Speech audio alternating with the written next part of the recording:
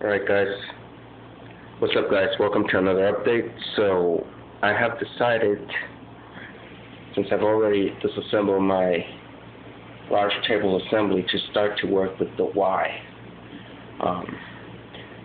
So for that I've actually found this pieces of scrap aluminum.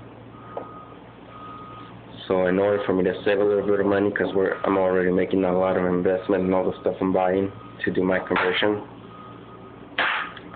I just figured I'd go around the shop and recollect any pieces of scrap metal the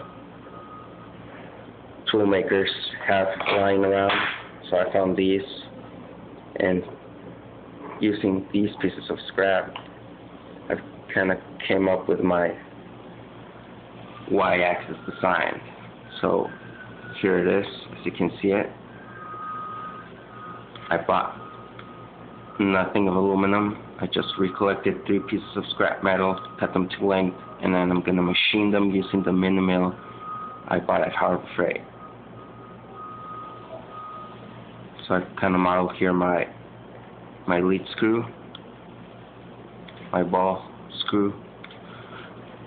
This is the tube piece that I found, the square tubing, which I'm going to cut here and cut some through holes here.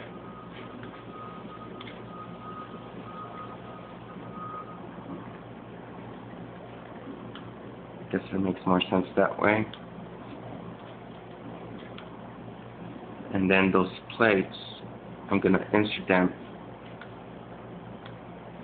inside the tubing as far as I can, and leave only a quarter of the material out here to use as covers and as mounting space. So there it is, my Y mounting block design.